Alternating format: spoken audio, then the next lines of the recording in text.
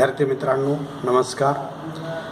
Market research and foreign trade या विषयातील video क्रमांक 12 मध्ये आपलं हार्दिक स्वागत. मित्रांनो, आपण आजच्या या व्हिडिओमध्ये मागणीचे विश्लेषण या प्रकरणातील मध्यम मुदतीचे विक्री पूर्वानुमान, ज्याला आपण मीडियम टर्म फॉरकास्टिंग असं आपण म्हणतो, याविषयीची आपण चर्चा करणार आहोत. मित्रांनो, मध्यम मुदतीचं पूर्वानुमान 1 वर्षपेक्षा जास्त किंवा 2 वर्षापर्यंत किंवा जास्तीत जास्त 4 वर्षासाठी करण्यात येते.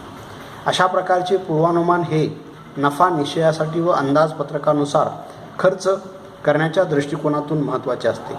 म्हणजे मध्यम आकाराच्या विक्री पूर्वानुमान पद्धतीमध्ये 1 ते 4 वर्षापर्यंतचा कालावधीचं पूर्वानुमान निश्चित केलं जातं. त्याचं कारण असं आहे की या प्रकारामध्ये नफ्याचं प्रमाण निश्चित करणे आणि आपण ठरवलेल्या अंदाजपत्रकानुसार खर्च करणे याविषयीचं प्रामुख्यानं प्राधान्य असतं. अशा प्रकारचे पूर्वानुमान हे म्हणजे प्रत्येक वर्षाच्या वित्तीय आराखड्यामधील हे पूर्वानुमान एक महत्त्वाचा घटक असतो.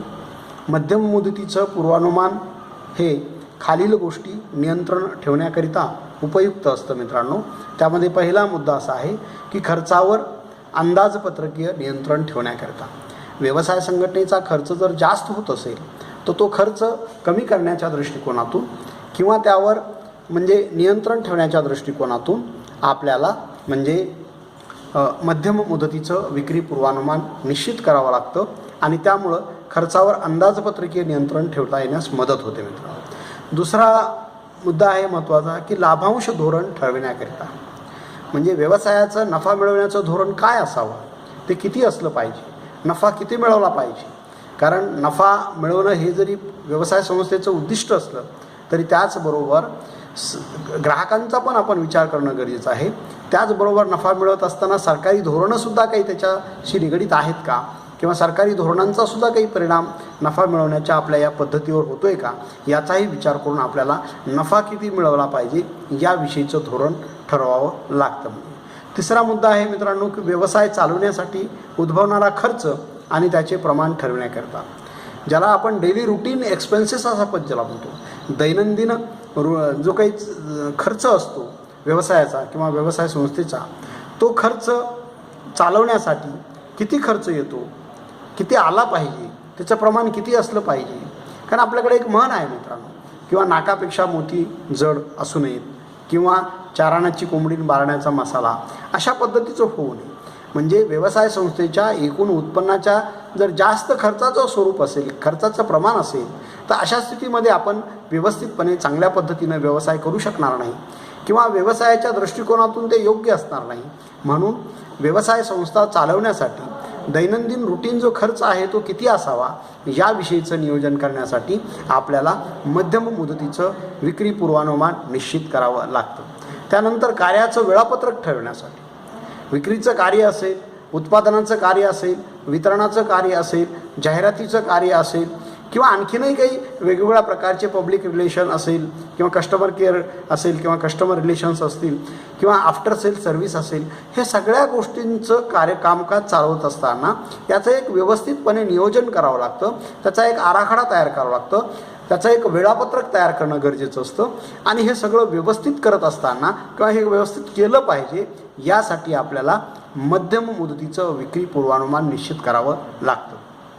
मग वरील प्रकारचे पूर्वानुमान ठरविताना उत्पन्नाचा कल म्हणजे व्यवसाय संस्थेचं उत्पन्न कोणत्या दिशेनं आहे, कशा पद्धतीनं उत्पन्नाचा कल आहे, उद्योगाचे मूल्यविषयक धोरण काय आहे म्हणजे वस्तूंची किंमत काय असावी याविषयीचं व्यवसाय संघटनेचे धोरण काय आहे, त्याचबरोबर अधिकोष विकर्ष म्हणजे बँकेकडून आपण काही कर्ज घेतलेले आहेत का किंवा काही अधिकोष विकर्ष ज्याला आपण म्हणतो, कॅश क्रेडिट म्हणतो, ते आपण घेतलेलं आहे का, त्याची काय परिस्थिती आहे, त्याच्या काय व्याजाचा दर आहे, ते कसं फेडायचं आहे आपल्याला किंवा त्याची परतफेड कशी करणार आहोत आपण, या सगळ्या गोष्टींचा सुद्धा आपल्याला विचार करावा लागतो. हे सगळं करत असताना आपल्याला शासनाची करविषयक काय धोरण आहेत याचाही आपल्याला विचार करावा लागतो.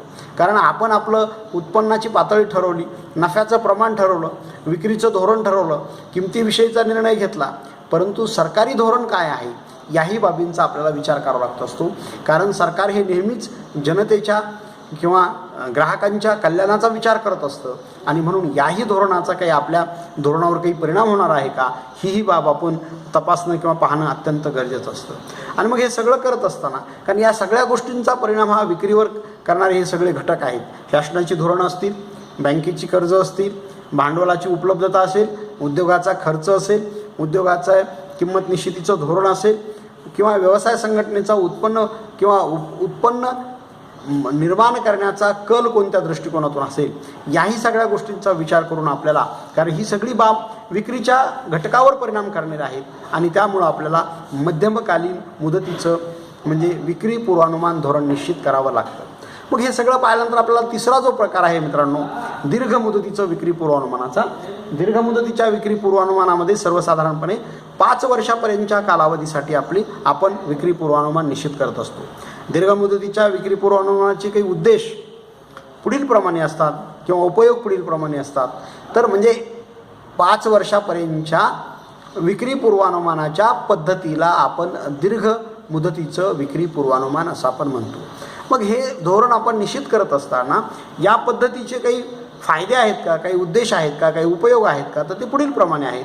पहिला उपयोग किंवा उद्देश मित्रांनो, भविष्यात उभारण्यात येणाऱ्या नवीन उपक्रमाचा, प्रकल्पाचा भांडवली खर्च कोणत्या वेळी किती लागेल याची पूर्वकल्पना येते आणि किंवा येण्यासाठी आपल्याला दीर्घ मुदतीचं विक्री पूर्वानुमान निश्चित करावं लागतं. कारण एखादा नवीन प्लॅन्ट आपल्याला उभारायचा आहे का, किंवा आपल्याला नवीन एखादी बाजारपेठ म्हणजे आपल्यामध्ये बाजारपेठेमध्ये आपल्याला प्रवेश करायचा आहे का, मग त्या ठिकाणी काय परिस्थिती आहे, त्या ठिकाणी कशा पद्धतीची ग्राहकांचं वर्तन आहे, त्या ठिकाणी ग्राहकांच्या उत्पन्नांची काही पद्धती आहे, या सगळ्या गोष्टींचा विचार आपल्याला या पद्धतीमध्ये करावा लागतो आणि हा सुद्धा उद्देश आपला असतो. दुसरा उपयोग किंवा उद्देश आहे मित्रांनो, विक्रीपासून मिळणाऱ्या संभाव्य उत्पन्नाचा अंदाज येऊ शकतो. विक्रीपासून मिळणारे जे काही उत्पन्न आहे, विक्रीपासून मिळणारे जे काही संभाव्य अंदाज आहे, याचा आपल्याला घ्यावाच लागतो. त्याचं कारण असं आहे की उत्पन्नाचा अंदाज घेतल्याशिवाय आपण खर्चाचा अंदाज घेऊ शकत नाही, उत्पन्नाचा अंदाज घेतल्याशिवाय आपण नफ्याचं प्रमाण ठरवू शकत नाही, उत्पन्नाचा अंदाज घेतल्याशिवाय आपण व्यवसाय संघटनेचं धोरण ठरवू शकत नाही. म्हणजे या सर्व बाबी एकमेकांशी निगडीत आहेत, एकमेकावर अवलंबून आहेत आणि म्हणून आपल्याला म्हणजे व्यवसायाचं विक्रीपासून मिळणारे संभाव्य उत्पन्न किती प्रमाणात आहे, किती प्रकारचं आहे, याचा विचार आपल्याला करणं गरजेचं असतं. त्यानंतरचा तिसरा उद्देश आहे व्यवसायाची दीर्घकालीन कर्मचाऱ्याविषयीची आवश्यकता निर्धारित करणे. टेम्पररी तात्पुरत्या स्वरूपाचे किंवा डेली वेजेसवर आपण कर्मचारी जास्त काळ नेमू शकत नाही. त्याचं कारण असं आहे की सुरुवातीच्या कालावधीमध्ये तात्पुरत्या स्वरूपाचे कर्मचारी नेमून आपण त्यांच्याकडून काम करून घेऊ शकतो किंवा काही ठराविक कालावधीपर्यंत आपण त्यांना तात्पुरत्या स्वरूपामध्ये कर्मचारी म्हणून नेमणूक करून आपण काम करून घेऊ शकतो. परंतु कालांतराने जेव्हा त्या कर्मचाऱ्यांचा अनुभव वाढेल, जेव्हा त्या कर्मचाऱ्यामध्ये स्वतः काम करण्याचं स्किल वाढेल किंवा काही कालावधीनंतर त्याच्या अनुभवाचा उपयोग व्यवसाय संघटनेला होईल, त्यावेळेला आपल्याला तात्पुरत्या कर्मचाऱ्यांची नेमणूक करून चालत नाही. अशा वेळेला आपल्याला कायमस्वरूपी किंवा परमनंट कर्मचारी कसे नेमता येईल याचा विचार करणं गरजेचं असतं. त्याचं कारण असं आहे मित्रांनो की कायमस्वरूपाचे कर्मचारी जर आपल्याकडे असतील, ते तन आणि मनाने म्हणजे चांगल्या पद्धतीनं प्रामाणिकपणे किंवा स्वतःमध्ये जेवढी क्षमता आहे तेवढी क्षमता जास्तीत जास्त क्षमता वापरून किंवा स्वतःकडे असणारे जास्तीत जास्त ज्ञान वापरून किंवा स्वतःमध्ये असणारे जास्तीत जास्त कौशल्य वापरून ते आपल्या व्यवसाय संघटनेसाठी काम करू शकतात. कारण त्यांच्या मनामध्ये एक आत्मविश्वास निर्माण होतो की आपण या व्यवसाय संघटनेमध्ये कायम कर्मचारी आहोत, महत्त्वाचे कर्मचारी आहोत, आपणच व्यवस्थित काम करणं गरजेचं आहे. आपण चांगल्या पद्धतीनं काम केल्याशिवाय व्यवसाय संघटनेला नफा मिळणार नाही. नफा मिळाल्याशिवाय आपल्याला व्यवस्थितपणे चांगल्या पद्धतीच्या सवलती किंवा चांगल्या पद्धतीचं वेतन मिळणार नाही. ह्या सगळ्या गोष्टी एकमेकावर अवलंबून असल्यामुळे आपल्याला दीर्घकालीन विक्री विषयक नियोजन किंवा दीर्घकालीन पूर्वानुमान निश्चित करत असताना आपल्याला भविष्यामध्ये कायम कर्मचाऱ्यांची संख्या किती लागणार आहे याचाही विचार आपल्याला करावा लागतो आणि त्या गोष्टींचा विचार करून आपल्याला विक्री पूर्वानुमान निश्चित करावं लागतं. त्याचबरोबर त्यानंतरचा मुद्दा आहे मित्रांनो किंवा उपयोग आहे दीर्घकालीन विक्री पूर्वानुमानाचा, भविष्यात कच्च्या मालाची गरज किती लागणार आहे आणि तो मिळवण्यासाठी उद्भवणाऱ्या समस्या याविषयीची कल्पना आपल्याला येऊ शकते. आपण समजा 5 वर्षाचं 6 वर्षाचं विक्रीविषयीचं नियोजन निश्चित केलेलं आहे, आपण पूर्वानुमान किंवा टार्गेट निश्चित केलेलं आहे आणि मग अशा स्थितीमध्ये आपण जेव्हा विक्रीचं दीर्घकालीन नियोजन निश्चित करत असतो त्याचबरोबर आपल्याला उत्पादनाचं सुद्धा नियोजन करणं गरजेचं असतं. त्याचबरोबर वितरणाचं सुद्धा नियोजन करावं लागतं. त्याचबरोबर मध्यस्थांची साखळीसुद्धा आपल्याला निश्चित करावी लागते. त्याचं कारण असं आहे की या सर्व गोष्टी एकमेकावर अवलंबून आहेत, या सर्व गोष्टी एकमेकाशी निगडीत आहेत आणि त्यामुळं आपल्याला या सगळ्या बाबींचा विचार करणं गरजेचं आहे. जेव्हा आपण दीर्घकालीन विक्रीविषयक नियोजन निश्चित करत असतो त्याच वेळेला आपल्याला भविष्यामध्ये लागणारा कच्चा माल किती लागणार आहे, कारण उत्पादनाचं नियोजन करणार आहोत म्हणल्यावर आपण विक्रीचं जर अगोदर नियोजन करत असू तर आपल्याला उत्पादनाचंही नियोजन करावं लागतं. मग उत्पादनाचं नियोजन करण्यासाठी आपल्याला कच्चा माल किती प्रमाणामध्ये लागणार आहे, किती प्रमाणात लागणार आहे याचंही नियोजन करावं लागेल. तो कुठं मिळणार आहे, कमीत कमी किमतीला कशा मिळणार आहे, चांगल्या दर्जाचा कसा मिळणार आहे याचाही आपल्याला विचार करून म्हणजे पूर्वानुमान निश्चित करणं गरजेचं असतं. त्याचबरोबर मग कच्चा माल मिळण्यासाठी काही अडचणी येणार आहेत का, त्या अडचणी आपण कोणत्या पद्धतीनं दूर करणार आहेत याचाही आपल्याला विचार करणं गरजेचं असतं मित्रांनो. याचबरोबर आपण जेव्हा विक्रीचं नियोजन करतो, उत्पादनाचं नियोजन करतो, त्याचबरोबर आपल्याला वितरणाचं पण नियोजन करणं गरजेचं आहे. फक्त वस्तूंचं विक्रीचं नियोजन केलं आहे, उत्पादन भरपूर केलं आहे, परंतु व्यवस्थित माल ग्राहकापर्यंत पोहोचत नाही, तिथं माल पोहोचण्यासाठी अडचणी निर्माण होत आहेत, बाजारपेठेमध्ये वस्तूंचं शॉर्टेज निर्माण होतं आहे. अशा वेळेला ग्राहकांची रिॲक्शन्स किंवा ग्राहकांची उलट प्रतिक्रिया येण्याची शक्यता असते, उलट प्रतिसाद येण्याची शक्यता असते आणि मग म्हणूनच आपल्याला बाजारपेठेमध्ये वेळेवर भरपूर आणि योग्य प्रमाणात वस्तूंचा सुद्धा पुरवठा करण्याविषयीचं नियोजन करणं गरजेचं असतं. आणि मग हे सगळं करण्यासाठी आपल्याला दीर्घ मुदतीचं विक्री पूर्वानुमान आपण निश्चित करत असतो मित्रांनो. आणि हे करत असताना आपल्याला संशोधन आणि विकासाद्वारे कोणतं काम करावायचं आहे हे निश्चित करता येतं. त्याचबरोबर ज्यामुळे नवीन वस्तू वेळेवर आणता येतील, भविष्यातील विक्री आणि नफ्यांचा उद्देश साध्य करण्यासाठी आपल्याला विक्री पूर्वानुमान निश्चित करणं गरजेचं असतं. मग तो अल्पमुदतीचा असेल, मध्यम मुदतीचा असेल किंवा दीर्घ मुदतीचा असेल, त्याचं कारण असं आहे की पूर्वानुमान निश्चित केल्याशिवाय आपलं विक्रीचं उद्दिष्ट निश्चित होत नाही. विक्रीचं उद्दिष्ट निश्चित झाल्याशिवाय आपण उत्पादनाचं उद्दिष्ट निश्चित करू शकत नाही. उत्पादनाचं उद्दिष्ट निश्चित झाल्याशिवाय आपण वितरणाचं उद्दिष्ट निश्चित करू शकत नाही. म्हणजेच हे सगळं एकमेकावर अवलंबून आहे. आणि मग हे सगळं करत असताना आपल्याला मग आपण नफ्याचं काय धोरण असणार आहे, आपल्या उत्पन्नाचं काय धोरण असणार आहे, आपण नफा किती मिळवला पाहिजे, हे सगळं धोरण आपल्याला निश्चित करता येतं. म्हणून आपल्याला विक्री पूर्वानुमान वेगवेगळ्या टप्प्यातून 3 प्रकारे निश्चित करत असतो आपण. यानंतर आपल्याला विक्री पूर्वानुमानाचे फायदे आणि तोटे, ज्याला आपण advantages and disadvantages of sales forecasting असं आपण म्हणतो, याविषयी पाहणार आहोत. मग विक्री पूर्वानुमानाचे फायदे काय आहेत, फायद्याचा विचार करत असताना आपल्याला पहिला फायदा असा आपल्याला लक्षात येईल की विक्री पूर्वानुमान हे विपणन नियोजनाचा आधार आहे. कारण विपणनाचं नियोजन करत असताना विक्रीचं नियोजन आपल्याला करणं सगळ्यात महत्त्वाचं असतं. विक्रीचं नियोजन केलं म्हणजे विपणनाचं नियोजन करत, कारण विक्रीचं नियोजन किंवा विक्री हा कशाचा भाग आहे, विपणनाचाच एक भाग आहे. विपणनामध्ये आपण काय करत असतो किंवा विपणन कशाला म्हणत असतो, विपणन म्हणजे काय, तर आपण विपणनाची व्याख्या करत असताना आपण फारचदा पाहिलेले आहे की विपणन म्हणजे दुसरं तिसरं काही नसून वस्तू तयार झाल्यापासून किंवा कारखान्यापासून ते ग्राहकांना वस्तू मिळेपर्यंत आपण जे वेगवेगळ्या प्रकारचे कार्य करतो त्या सर्व कार्यांना आपण विपणन म्हणतो.